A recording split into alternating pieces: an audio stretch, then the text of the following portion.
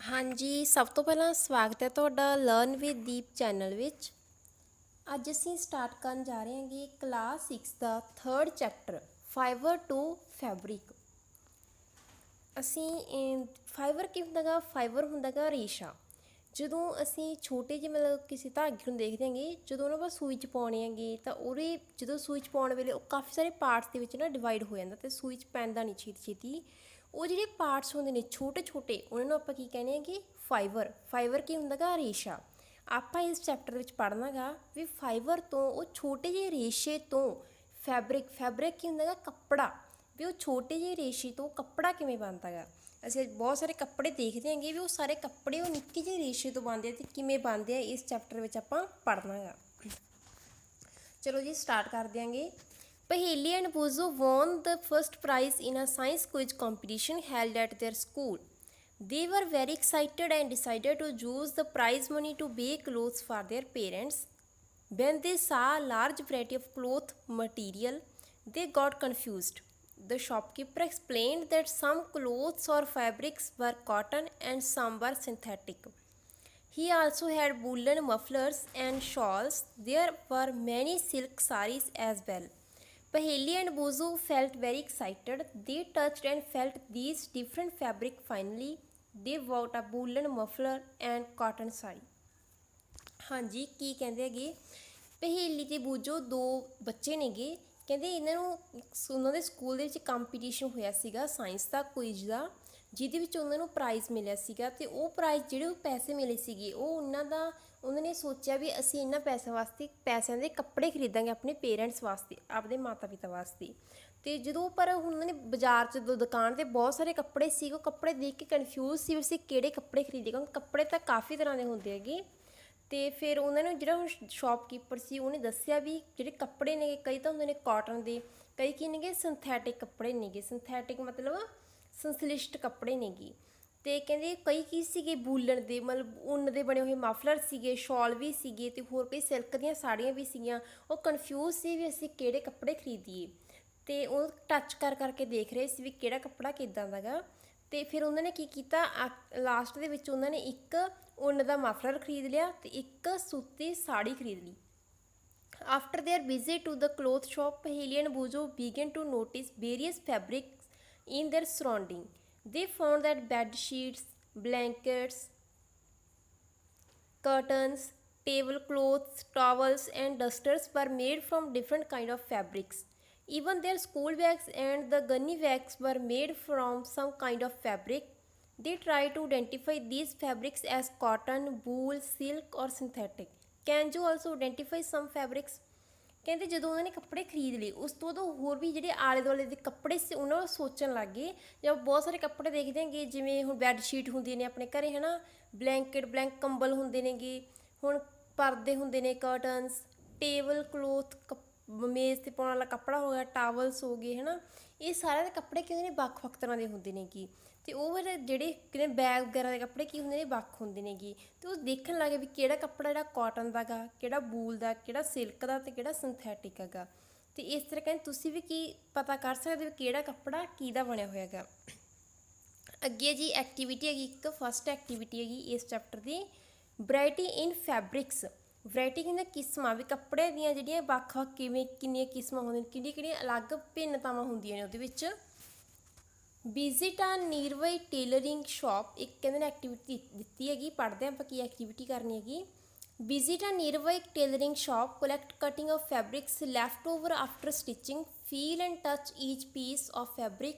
Now try to label some of the fabrics as cotton, silk, wool or synthetic after asking for help from the tailor. ਕਹਿੰਦੇ ਤੁਸੀਂ ਕੀ ਕਰਨਾ ਗਾ, ਕਿਸੇ tailor ਦੀ ਦੁਕਾਨ 'ਤੇ ਜਾਣਾ। ਟੇਲਰ ਤੋਂ ਜਦੋਂ ਕੱਪੜੇ ਸਟਿਚ ਕਰਨ ਤੋਂ ਬਾਅਦ ਜਿਹੜੇ ਉਹਦੇ ਕੋਲ ਕਾਤਰਾਂ ਬਚ ਜਾਂਦੀਆਂ ਨੇਗੀਆਂ, ਉਹ ਕਾਤਰਾਂ ਲੈਣੀਆਂ ਨੇ ਟੇਲਰ ਤੋਂ ਅਤੇ ਉਹਨਾਂ ਨੂੰ ਇੱਕ ਕਾਪੀ 'ਤੇ ਪੇਸਟ ਕਰਨਾ ਗਾ ਅਤੇ ਵੱਖ ਉਹਨੂੰ ਦੇਖਣਾ ਗਾ ਵੀ ਕਿਹੜਾ ਸਿਲਕ ਦਾ ਉਹਦੇ ਨੀਚੇ ਸਿਲਕ ਲਿਖਣਾ ਗਾ, ਜਿਹੜਾ ਕੱਪੜਾ ਹੋਇਆ ਕਾਟਨ ਦਾ ਉਹਦੇ ਨੀਚੇ ਕਾਟਨ ਲਿਖਣਾ। ਵੱਖ ਜਿਹੜੇ ਕੱਪੜੇ ਹੋਏ ਉਹਨਾਂ ਦੀ ਕਾਪੀ ਦੇ ਉੱਤੇ ਲਾਉਣਾ ਗਾ ਅਤੇ ਉਹਨਾਂ ਨੂੰ ਵੱਖ ਜਿਹੜੇ ਕੱਪੜੇ ਹੋਏ ਉਹਨਾਂ ਨੂੰ ਲਿਖਣਾ ਗਾ ਵੀ ਇਹ ਕਾਟਨ ਦਾ, ਇਹ ਵੂਲ ਦਾ, ਇਹ silk the. Do you wonder that these different fabrics are made of? When you look at any fabric, it seems a continuous pieces no look at it closely but do you notice. कहते तुसीं ये जिहड़े कपड़े collect करते हो ध्यान नाल देखो भी बने किवें होए नेगे। ਇਹਦੇ ਵਾਸਤੇ ਆਪਾਂ ਐਕਟੀਵਿਟੀ 2 ਕਰਨੀ ਹੈ। ਐਕਟੀਵਿਟੀ 2 ਦੇ ਵਿੱਚ ਕੀ ਕਰਨਾ ਹੈਗਾ, ਕਹਿੰਦੇ select a piece of cotton fabric ਜੋ ਲੇਬਲਡ ਇਨ ਐਕਟੀਵਿਟੀ 1। ਆਪਾਂ ਐਕਟੀਵਿਟੀ 1 ਦੇ ਵਿੱਚ ਬਹੁਤ ਸਾਰੇ ਕੱਪੜੇ ਜਿਹੜੇ ਕਾਤਰਾਂ ਸਿਲਾਈਆਂ ਸੀਗੀਆਂ, ਉਹਦੇ 'ਚ ਸਿਲਕ ਵੀ ਸੀ, ਕਾਟਨ ਵੀ ਸੀਗੀ, ਸਿੰਥੈਟਿਕ ਕੱਪੜੇ ਵੀ ਸੀਗੇ। ਤੇ ਉਹਦੇ 'ਚੋਂ ਕਹਿੰਦੇ ਇੱਕ ਜਿਹੜੇ ਸੂਤੀ ਕੱਪੜਾ ਗਾ ਕਾਟਨ ਦਾ ਉਹ ਲੈਣਾ ਗਾ। Now try to find a loose thread or yarn at one of the edge and pull it out. ਹੁਣ ਕੀ ਕੋਸ਼ਿਸ਼ ਕਰਨੀ ਹੈਗੀ, ਕਹਿੰਦੇ ਕੋਈ ਢਿੱਲਾ ਧਾਗਾ ਲੱਭਣਾ ਗਾ, ਠੀਕ ਹੈ। ਢਿੱਲਾ ਧਾਗਾ ਜਿਹੜਾ ਉਸ ਕੱਪੜੇ ਵਿੱਚ ਜਿਹਨੂੰ ਛੇਤੀ ਆਸਾਨੀ ਨਾਲ ਖਿੱਚ ਲਈਏ ਬਾਹਰ। ਇਫ ਨੋ ਲੂਜ਼, ਕਹਿੰਦੇ ਜੇ ਉਹ ਲੂਜ਼ ਨਹੀਂ ਹੈ, ਕੋਈ ਢਿੱਲਾ ਧਾਗਾ ਸਾਨੂੰ ਨਹੀਂ ਮਿਲਦਾ ਗਾ, ਤਾਂ ਜਾਨ ਆਰ ਵਿਜ਼ੂਅਲ ਜੋ can gently pull one out of ਵਿੱਚ ਆ ਪਿਨ ਔਰ ਨੀਡਲ। ਫਿਰ ਆਪਾਂ ਕਿਸੇ ਸੂਈ ਨਾਲ ਉਹਦੇ ਵਿੱਚੋਂ ਖਿੱਚ ਲਾਂਗੇ। ਮਤਲਬ ਮੇਨ ਗੱਲ ਕੀ ਆਪਾਂ ਇੱਕ ਕੱਪੜਾ ਲੈਣਾ ਗਾ ਸੂਤੀ, ਉਹਦੇ ਵਿੱਚ ਇੱਕ ਇੱਕ ਧਾਗਾ ਖਿੱਚਦੇ ਜਾਣਾ ਗਾ, ਤਾਂ ਆਪਾਂ ਨੂੰ ਪਤਾ ਲੱਗੂ ਵੀ ਜਿਹੜਾ ਕੱਪੜਾ ਸੀ ਉਹ ਕਿੱਦਾਂ ਬਣਿਆ ਹੋਇਆ ਗਾ। We find that a fabric is made up of yarn arranged but are these yarns, ਸਾਨੂੰ ਕੀ ਪਤਾ ਲੱਗੇ, ਕਹਿੰਦੇ ਜਿਹੜੇ ਕੱਪੜੇ ਹੈਗੇ ਕਾਹਤੇ ਬਣੇ ਹੋਏ ਨੇ, ਵੱਖ ਧਾਗਿਆਂ ਤੋਂ ਬਣੇ ਹੋਏ ਨੇਗੇ। ਤੇ ਇਹ ਜਿਹੜੇ ਧਾਗੇ ਹੈਗੇ ਉਹ ਕਿੱਥੋਂ ਬਣੇ ਨੇ। ਹੁਣ ਆਪਾਂ ਅੱਗੇ ਮੇਨ ਕਰਨਾ, ਜਿਹੜੀ ਆਪਾਂ ਨੂੰ ਇਹ ਤਾਂ ਪਤਾ ਲੱਗ ਗਿਆ ਜਿਹੜਾ ਕੱਪੜਾ ਹੈਗਾ ਉਹ ਧਾਗੇ ਤੋਂ ਬਣਿਆ ਹੋਇਆ ਹੈਗਾ। ਧਾਗੇ ਵੀ ਕਿਸੇ ਇੱਕ ਖਾਸ ਅਰੇਂਜ ਕੀਤੇ ਹੋਏ ਨੇ, ਕੋਈ ਇਸ ਤਰ੍ਹਾਂ ਧਾਗਾ ਲੈ, ਕੋਈ ਕਿਸੇ ਇੱਕ ਉਹਦੇ ਵਿੱਚ ਕਿਸੇ ਸਪੈਸ਼ਲ ਅਰੇਂਜਮੈਂਟ ਕੀਤਾ ਹੋਇਆ ਧਾਗਿਆਂ ਦਾ, ਫਿਰ ਕੱਪੜਾ ਬਣਿਆ ਗਾ। ਹੁਣ ਆਪਾਂ ਦੇਖਣਾ ਵੀ ਧਾਗੇ ਕਿਵੇਂ ਬਣੇ, ਧਾਗੇ ਕਿੱਥੋਂ ਆਏ। ਧਾਗੇ ਕਿੱਥੋਂ ਆਏ, ਫਾਈਬਰ ਤੋਂ। ਫਾਈਬਰ ਕੀ ਹੁੰਦਾ ਗਾ, ਰੇਸ਼ਾ। ਉਹਦੇ ਵਾਸਤੇ ਐਕਟੀਵਿਟੀ 3 ਕਰਨੀ ਹੈ। ਐਕਟੀਵਿਟੀ 3 ਵਿੱਚ ਕੀ ਕਰਨਾ ਗਾ, take out a yarn from a piece of cotton fabric. ਕਹਿੰਦੇ ਇੱਕ ਸੂਤੀ ਕੱਪੜੇ 'ਚੋਂ ਇੱਕ ਧਾਗਾ ਲੈਣਾ ਗਾ। Place this piece of yarn on the table, ਇਹਨੂੰ ਟੇਬਲ 'ਤੇ ਰੱਖਣਾ ਗਾ। Now press one end of the yarn with your thumb, ਹੁਣ ਅੰਗੂਠੇ ਨਾਲ ਉਹਦਾ ਇੱਕ ਸਿਰਾ ਦੱਬਣਾ ਗਾ। Scratch the other end of the yarn along its length with your nail, ਹੁਣ ਦੂਸਰੇ ਨੂੰ ਆਪਾਂ ਨੇਲ ਦੇ ਨਾਲ ਕੀ ਕਰਨਾ, ਸਕਰੈਚ ਕਰਨਾ ਉਹਦੀ ਲੈਂਥ ਵਾਈਜ਼।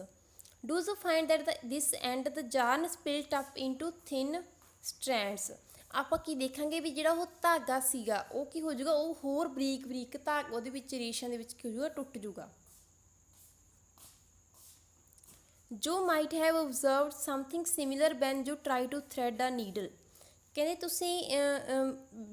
ਤੁਸੀਂ ਕੀ ਦੇਖੋਗੇ, ਕੋਈ ਸਿਮਿਲਰ ਮਤਲਬ ਇੱਕੋ ਜਿਹੇ ਕਾਫੀ ਸਾਰੇ ਧਾਗੇ ਦੇਖੋਗੇ। Many a time the end of the thread is separated into a few thin strands, this makes it difficult to pass the thread through the eye of the needle. The thin strands of thread that we see are made up of still thinner strands called fibres. ਕਹਿੰਦੇ ਕਈ ਵਾਰ ਆਪਾਂ ਕੀ ਦੇਖਦੇ ਹਾਂਗੇ ਵੀ ਜਦੋਂ ਧਾਗਾ ਸੂਈ ਵਿੱਚ ਨਹੀਂ ਪੈਂਦਾ ਗਾ, ਉਹ ਨਿੱਕੀ ਨਿੱਕੀ ਇਹਦੇ ਵਿੱਚ ਸਟ੍ਰੈਂਡਸ ਦੇ ਵਿੱਚ ਕੀ ਹੋ ਜਾਂਦਾ ਗਾ, ਫੈਲ ਜਾਂਦਾ ਗਾ, ਸਪਰੈਡ ਹੋ ਜਾਂਦਾ ਗਾ। ਅਤੇ ਹੁਣ ਉਹ ਨਿੱਕੇ ਨਿੱਕੇ ਸਟੈਂਡ ਕਿੱਥੋਂ ਬਣੇ ਹੁੰਦੇ ਨੇਗੇ, ਇੱਕ ਹੋਰ ਨਿੱਕੇ ਸਟੈਂਡਸ ਤੋਂ ਬਣੇ ਹੁੰਦੇ ਨੇ, ਅਤੇ ਉਹਨੂੰ ਆਪਾਂ ਕੀ ਕਹਿੰਦੇ ਹੈਗੇ, ਫਾਈਬਰਸ ਕਹਿੰਦੇ ਹਾਂ, ਰੇਸ਼ੇ ਕਹਿੰਦੇ ਹੈਗੇ। ਜੀ ਤੋਂ ਰੇਸ਼ਿਆਂ ਤੋਂ ਮਿਲ ਕੇ ਕੀ ਬਣਿਆ ਗਾ, ਧਾਗਾ ਬਣਿਆ ਗਾ। Fabrics are made up of yarns and yarns are further made up of fibres. Where do these fibres come from. ਹੁਣ ਆਪਾਂ ਨੂੰ ਕੀ ਪਤਾ ਲੱਗਿਆ, ਜਿਹੜਾ ਕੱਪੜਾ ਹੈ ਉਹ ਧਾਗੇ ਤੋਂ ਬਣਿਆ, ਅਤੇ ਧਾਗੇ ਕਿੱਥੋਂ ਬਣੇ ਨੇਗੇ, ਰੇਸ਼ੇ ਤੋਂ ਬਣੇ ਨੇ, ਫਾਈਬਰ ਤੋਂ ਬਣੇ ਨੇਗੇ, ਠੀਕ ਹੈ। ਅਤੇ ਹੁਣ ਜਿਹੜਾ ਫਾਈਬਰ ਆ ਉਹ ਕਿੱਥੋਂ ਆਉਂਦਾ ਗਾ, ਰੇਸ਼ਾ ਕਿੱਥੋਂ ਆਉਂਦਾ, ਆਪਾਂ ਅੱਗੇ ਇਹ ਦੇਖਣਾ ਗਾ। The fibers of some fabrics such as cotton, jute, silk and wool are obtained from plants and animals. These are called natural fibers. ਹੁਣ ਜਿਹੜੇ ਫਾਈਬਰ ਨੇ, ਰੇਸ਼ੇ ਨੇਗੇ ਕਈ ਕੱਪੜਿਆਂ ਦੇ, ਜਿਵੇਂ ਕਾਟਨ ਦੇ ਕੱਪੜੇ ਹੋ ਗਏ, ਸੂਤੀ ਕੱਪੜੇ ਹੋ ਗਏ, ਜਾਂ ਜੂਟ ਦੇ ਹੋ ਗਏ, ਜਾਂ ਸਿਲਕ ਦੇ ਹੋ ਗਏ ਹੈ ਨਾ, ਜਾਂ ਵੂਲ ਦੇ ਕੱਪੜੇ ਹੋ ਗਏ ਹੈ ਨਾ, ਇਹਨਾਂ ਦੇ ਜਿਹੜੇ ਫਾਈਬਰ ਨੇ, ਇਹਨਾਂ ਦੇ ਜਿਹੜੇ ਰੇਸ਼ੇ ਨੇਗੇ ਉਹ ਸਾਨੂੰ ਮਿਲਦੇ ਨੇ ਪਲਾਂਟਸ ਤੋਂ ਜਾਂ ਐਨੀਮਲਸ ਤੋਂ। ਅਤੇ ਜਿਹੜੇ ਜਿਨ੍ਹਾਂ ਦੇ ਰੇਸ਼ੇ ਸਾਨੂੰ ਪਲਾਂਟਸ ਤੋਂ ਜਾਂ ਐਨੀਮਲਸ ਤੋਂ ਮਿਲਦੇ ਨੇ ਉਹਨਾਂ ਨੂੰ ਆਪਾਂ ਕਹਿੰਦੇ ਹੈਗੇ ਨੈਚੁਰਲ ਫਾਈਬਰਸ। ਨੈਚੁਰਲ ਕਹਿੰਦਾ ਕੁਦਰਤੀ, ਵੀ ਸਾਨੂੰ ਇਹ ਕੁਦਰਤੀ ਤੌਰ 'ਤੇ ਮਿਲਦੇ ਨੇ, ਕਿੱਥੋਂ ਮਿਲੇ ਨੇਗੇ, ਪਲਾਂਟਸ ਤੋਂ ਮਿਲੇ ਨੇਗੇ, ਜਾਂ ਕੁਛ ਆਪਾਂ ਨੂੰ ਐਨੀਮਲਸ ਤੋਂ ਮਿਲੇ ਨੇ। ਉਹਨਾਂ ਆਪਾਂ ਕੀ ਕਹਿੰਦੇ, ਕਿਹੜੇ ਫਾਈਬਰ ਕਹਿੰਦੇ ਆ, ਨੈਚੁਰਲ ਫਾਈਬਰਸ ਕਹਿੰਦੇ ਹੈਗੇ। Cotton and jute are examples of fibre obtained from plants.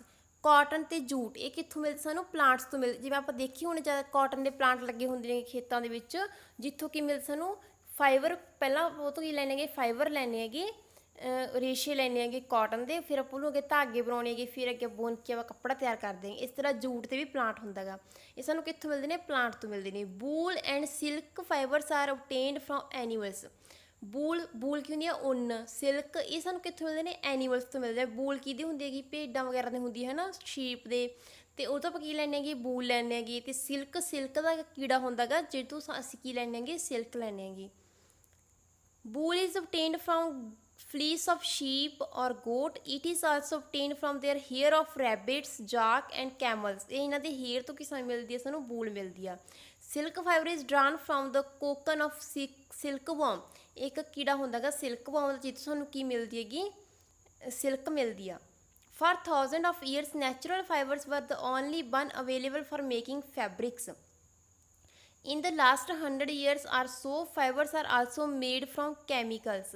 ਪਹਿਲਾਂ 1000 ਸਾਲ, ਹਜ਼ਾਰਾਂ ਸਾਲ ਪਹਿਲਾਂ ਕਹਿੰਦੇ ਸੀ ਇਕੱਲੇ ਕਹਿੰਦੇ ਇਹ ਨੈਚੁਰਲ ਫਾਈਬਰਸ ਹੀ ਹੁੰਦੇ ਸੀ, ਵੀ ਜਿਹੜੇ ਕੱਪੜੇ ਸੀਗੇ ਸਿਰਫ ਪਲਾਂਟਸ ਤੋਂ ਜਾਂ ਐਨੀਮਲਸ ਤੋਂ ਹੀ ਲਏ ਜਾਂਦੇ ਸੀਗੇ, ਇਹਨਾਂ ਦੇ ਰੇਸ਼ੇ ਜਿਹੜੇ ਤਿਆਰ ਕੀਤੇ ਜਾਂਦੇ ਸੀਗੇ। ਪਰ ਹੁਣ ਕੀ ਹੋ ਗਿਆ, ਕਹਿੰਦੇ ਹੁਣ ਕੈਮੀਕਲਸ ਤੋਂ ਵੀ ਜਿਹੜੇ ਰੇਸ਼ੇ ਹੈਗੇ ਉਹ ਤਿਆਰ ਕੀਤੇ ਜਾਂਦੇ, ਕੈਮੀਕਲ ਸਬਸਟਾਂਸ ਤੋਂ, ਕੈਮੀਕਲ ਚੀਜ਼ਾਂ ਤੋਂ ਵੀ ਕੀ ਕੀਤੇ ਜਾਂਦੇ ਨੇ, ਜਿਹੜੇ ਰੇਸ਼ੇ ਹੈਗੇ ਉਹ ਤਿਆਰ ਕੀਤੇ ਜਾਂਦੇ ਹੈਗੇ।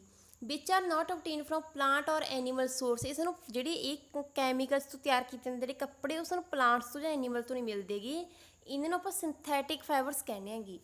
ਅਤੇ ਇਹਦੇ ਐਗਜ਼ਾਮਪਲਸ ਕਿਹੜੇ, ਜਿਵੇਂ ਨਾਈਲੋਨ ਹੋ ਗਿਆ ਜਾਂ ਪੋਲੀਸਟਰ ਹੋ ਗਿਆ, ਆਰਕੀਲਿਕ ਹੋ ਗਿਆ, ਇਹ ਸਾਰੇ ਕਿਹਦੇ ਐਗਜ਼ਾਮਪਲਸ ਨੇਗੀਆਂ, ਇਹ ਸਾਰੀਆਂ ਸਿੰਥੈਟਿਕ ਫਾਈਬਰਸ ਦੀਆਂ ਐਗਜ਼ਾਮਪਲ ਨੇਗੀਆਂ, ਜਿਹੜੇ ਕਿ ਸਾਨੂੰ ਉਹ ਤੋਂ ਜਿਹੜੇ ਕੈਮੀਕਲਸ ਤੋਂ ਮਿਲਦੇ ਨੇਗੇ।